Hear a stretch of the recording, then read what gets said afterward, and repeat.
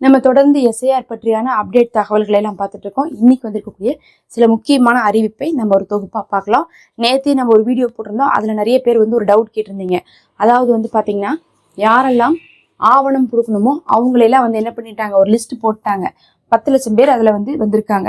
அந்த 10 லட்சம் பேர் மட்டும் என்ன பண்ணணும், ஆவணத்தை கொடுக்கணும் அப்படின்னு சொல்லிட்டு அறிவிச்சிருக்காங்க அப்படின்னு. உடனே எல்லாரும் என்ன பண்ணியிருந்தீங்கன்னா, அது எப்படி நாங்கள் தெரிஞ்சுக்கிறது அப்படின்னு கேட்டிருந்தீங்க.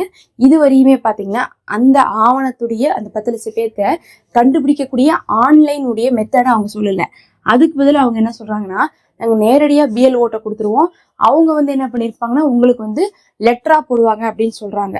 அதனால பார்த்தீங்கன்னா நிறைய பேருக்கு என்ன சந்தேகம்னா, ஒன்று இவங்க போடுறது நமக்கு சரியா வருமானு தெரியல, இன்னொன்று வந்தா எப்போ வரும்னே தெரியல. பொதுவாக பார்த்தீங்கன்னா லெட்டர்ல ஒரு 2-3 நாளுக்குள்ள வந்துடும்.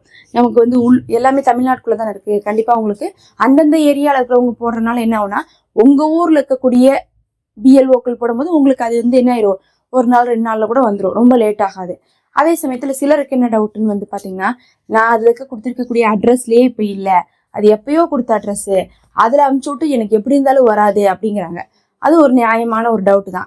அதனால நீங்கள் என்ன பண்ணலான்னா, ஆன்லைனில் பார்க்குற மெத்தட் இல்லை அப்படிங்கிறதுனால நீங்கள் டைரெக்டாக பிஎல்ஓவே என்ன பண்ணலாம், கான்டாக்ட் பண்ணி கேட்கலாம். கேட்கும்போது எப்படி கேட்கலான்னு பார்த்தீங்கன்னா, இந்த டிராஃப்ட் லிஸ்ட் வந்துச்சு பாருங்கள். இந்த டிராஃப்ட் லிஸ்ட்டில் என்னுடைய பெயர் வந்துருச்சு. அதே சமயத்தில் இந்த ஆவணம் கொடுக்குறாங்கன்னு சொல்லிட்டு ஒரு 10 லட்சம் பேர்த்த சொல்லியிருக்காங்க தேர்தல் ஆணையம். அதில் என் பேர் இருக்கா இல்லையான்னு நான் தெரிஞ்சுக்கணும். அப்போ தான் என்னால் என்ன பண்ண முடியும், ஆவணத்தை தயார்படுத்த முடியும்னு சொல்லிட்டு நம்ம கேட்டோம்னா அவங்க என்ன பண்ணுவாங்க, லிஸ்ட் எடுத்து வச்சு நமக்கு சொல்கிறதுக்கான வாய்ப்பு இருக்குது. அதனால நீங்கள் ஒருவேளை அட்ரஸ் எல்லாம் மாறிடுச்சு, எனக்கு வராதுன்னு பயம் இருந்தால் நீங்கள் பக்கத்தால் இருக்கக்கூடிய பிஎல்ஓவை அணுகிக்கோங்க அப்படின்னு சொல்கிறேன். அதே சமயத்தில் பார்த்தீங்கன்னா, நீங்கள் வீட்டில் இருக்க மாட்டீங்கன்னு தோணுச்சுன்னா பக்கத்தால் இருக்கவங்கள வாங்கி வைக்க சொல்லுங்கள். இப்படி வரும், என் பேர் இது இப்படி இருக்குது அப்படின்னு நீங்கள் சொல்லுங்கள். ஏன்னா சிலருக்கு பேரெல்லாம் ஸ்பெல்லிங் மிஸ்டேக்கோட இருக்கும். சிலருக்கு பார்த்தீங்கன்னா பேர் பக்கத்து வீட்டுக்காரங்களுக்கு நம்ம முழு பேர் தெரியாது. வர்றவங்க பார்த்தீங்கன்னா போஸ்ட் ஆஃபீஸ் எல்லாம் முழு பேர் சொன்னாங்கன்னா இப்படி யாருமே இங்கே இல்லைன்னு சொல்லிட்டு அமுச்சு விட்டுருவாங்க. நம்மளை இது செல்லமாக கூப்பிடுறது வேற பேராக இருக்கும், ஆனால் ஒரிஜினல் பேர் வேறையா இருக்கும். அதை வச்சு கூட என்ன ஆயிரும், மிஸ் ஆயிரும்.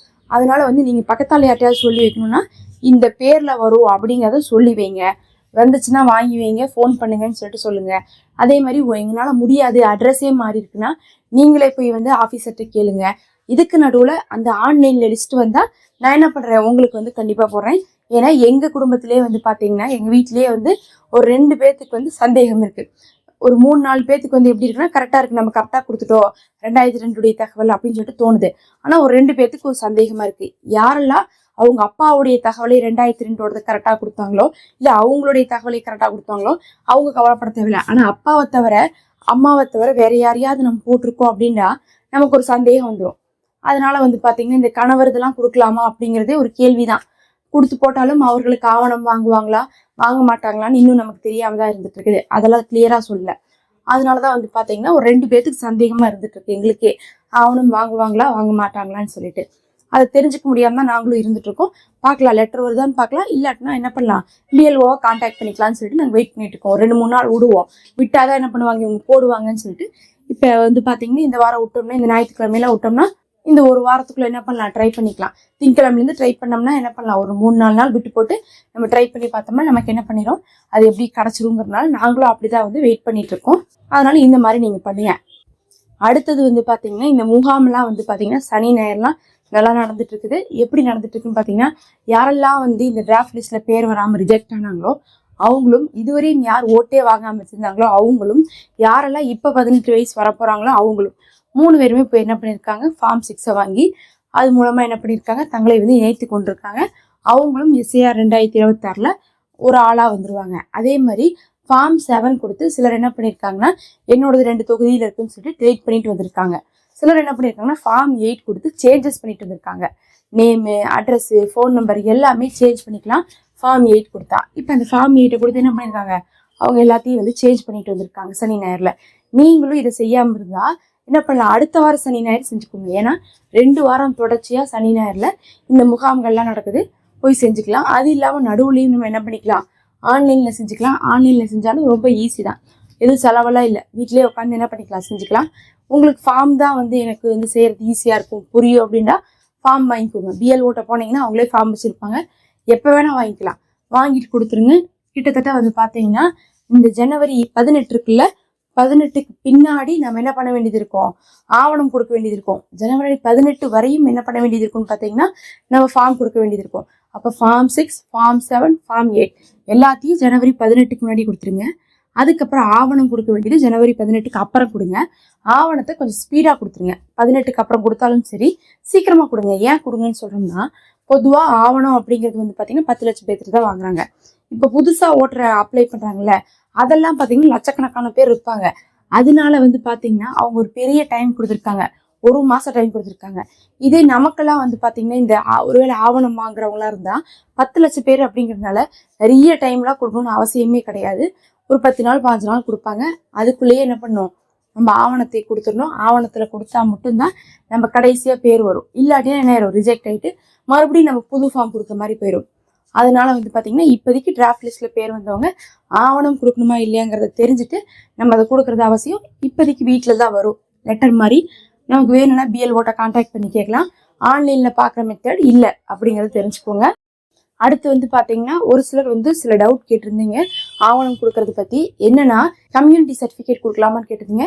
தாராளமாக உங்களுடைய சாதி சான்றிதழ் என்ன பண்ணலாம், நீங்கள் ஒரு ஆவணமாக கொடுக்கலாம். அதே மாதிரி பர்த் சர்டிஃபிகேட்டும் நம்ம கொடுப்போம், அது கன்ஃபார்ம் தான், அதில் எந்த சந்தேகமும் இல்லை.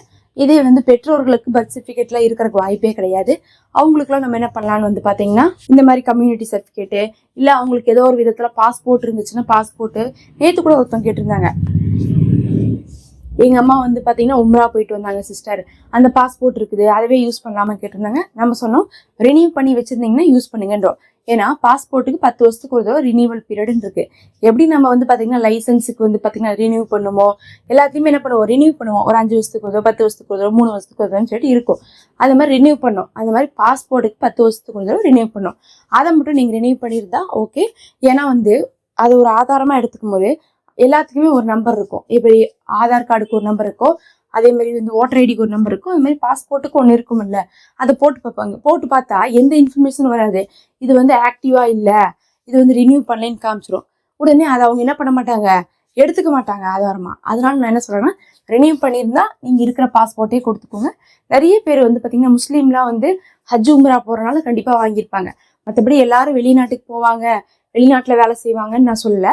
ஆனால் ஹஜ் உம்ரா போகிறனால வாங்கியிருப்பாங்க. இன்னும் வந்து பார்த்தீங்கன்னா இன்னொரு சில குரூப் வந்து அவங்க பிள்ளை பசங்க வந்து அங்கே செட்டில் ஆகிருப்பாங்க.